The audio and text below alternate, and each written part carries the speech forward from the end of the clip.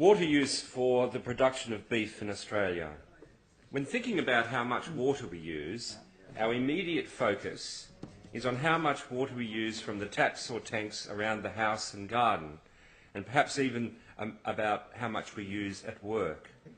But why is it, when we focus on the amount of water used to produce some protein or food for human consumption, we conveniently neglect the elephant in the room, or should I say, the steer and the cow in the room? There is often a high amount of embodied water, quote unquote, associated with many items we use or consume on a daily basis. This is the amount of water used during the growing, transportation and processing of the goods we use or consume, or the services we use. However, what is clearly evident, and backed by numerous scientific studies and reports, is that it is animal products that are and will continue to impart huge strains on our water resources and in turn our water security. In Victoria, animal agriculture is responsible for 51% of the state's water consumption. The dairy industry alone is responsible for 34% of that consumption. And of course, the size and characteristics of the water footprint vary across animal types and production systems.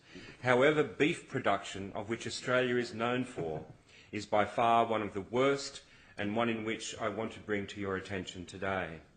Per tonne of product, animal products generally have a larger water footprint than plant products. The same is true when we look at the water footprint per calorie. The average water footprint per calorie for beef is 20 times larger than for cereals and roots. For beef, the water footprint per gram of protein is 6 times larger than for pulses. From a freshwater resource perspective, it is more efficient to obtain calories, protein and fat from plants rather than animal products. But it's not as tasty.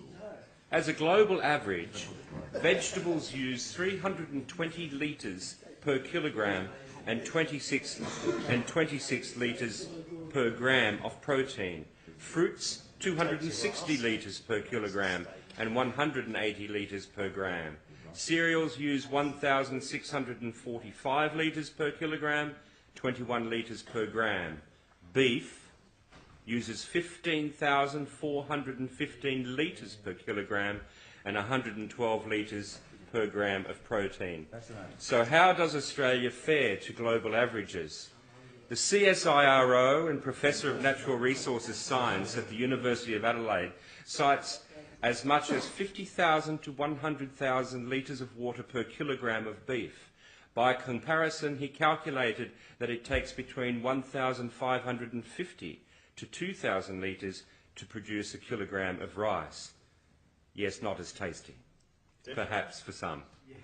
There has been much discussion about whether such a dry country as Australia should be growing rice or other plant products, and yet there is no public outcry about the heavy toll taken by supplying millions of litres of water to cattle for meat production. The CSIRO figures cannot be ignored.